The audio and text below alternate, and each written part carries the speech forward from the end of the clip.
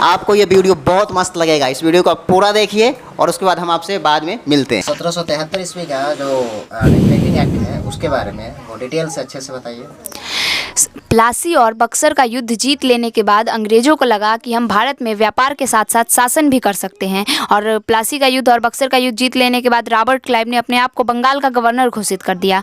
और बंगाल का ही गवर्नर इसलिए घोषित किया क्योंकि उस समय व्यापार जो होता था समुद्री मार्ग से होता था और जहाज से ही व्यापार होता था, जिससे सामान को लाने या ले जाने में सुविधा होती थी। और बंगाल जो था उस समय भारत का विश्व का सबसे समृद्धशाली क्षेत्र था, इसीलिए उस समय बंगाल को पृथ्वी का स्वर्ग भी कहा जाता था। इसलिए रॉबर्ट क्लाइव ने अपने आप को बंगाल का ही गवर्नर घोषित किया।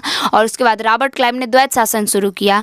द्वैत शासन में राजस्व और शासन होता है, तो राजस्व स्वयं वसूलता था और शासन भारतीय नवाब से करवाता था। और राजस्व का मतलब होता है टैक्स, तो टैक्स वो स्वयं वसूलता था, और जब वो जनता से टैक्स वसूलने जाता था ना, तो भारतीय नवाब से जितना टैक्स वसूलने का अनुमति लेकर जाता था उससे 90% ज़्यादा टैक्स वसूलता था।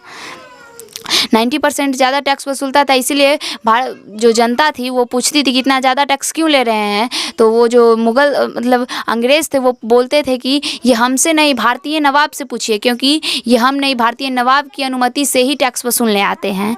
तो उसके बाद अंग्रेज मतलब सारा ब्लेम अंग्रेज़ जो थे वो सारा ब्लेम भारतीय नवाब पे लगा देते थे। उसके बाद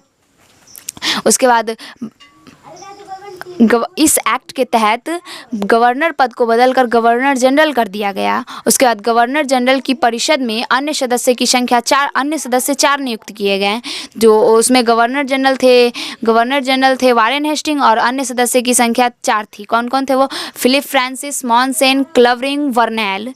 उसके बाद बंगाल प्रेसिडेंसी के तहत मद्रास और बम्बई प्रेसिडेंसी पर नियंत्रण किया जाएगा। उसके बाद बंगाल प्रेसिडेंसी के तहत मद्रास और बम्बई प्रेसिडेंसी पर नियंत्रण किया जाएगा। और अंग्रेज़ों को मना किया गया भारतीयों से रिश्वत या उपहार लेने के लिए।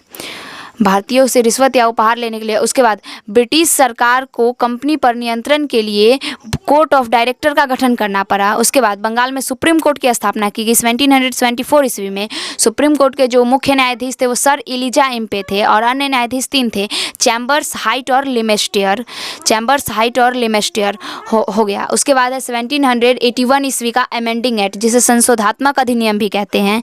ये अधिनियम 1773 ईस्वी के कमियों और दोषों को दूर करने के लिए लाया गया था, और इस अधिनियम के तहत कलकत्ता सरकार को बिहार और उड़ीसा पर कानून बनाने का अधिकार दे दिया गया। उसके बाद 1784 ईस्वी का पिट्स इंडिया एक्ट, ये एक्ट ऐसा था जिसके माध्यम से पहली बार लगा कि ब्रिटिश सरकार भारत पर पूरी तरह से अपना नियंत्रण स्थापित करना चाहती है।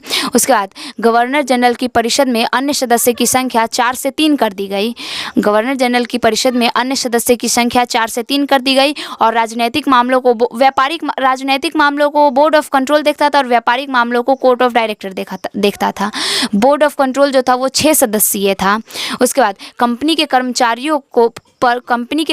को भारतीयों से रिश्वत या उपहार पर पूरी तरह से प्रतिबंध लगा दिया गया, और कंपनी के कर्मचारी द्वारा किए गए अवैध कार्य के मुकदमे के लिए इंग्लैंड में कोर्ट की स्थापना की गई। उसके बाद है 1793 ईस्वी का राजलेख। इसमें कंपनी के व्यापार के अधिकार पत्र को 20 वर्षों के लिए बढ़ा दिया गया, और भारतीय राजस्व से बोर्ड ऑफ कंट्रोल के सदस्यों को वेतन देने की बात की। मेरे यहाँ ऐसा ही होता है।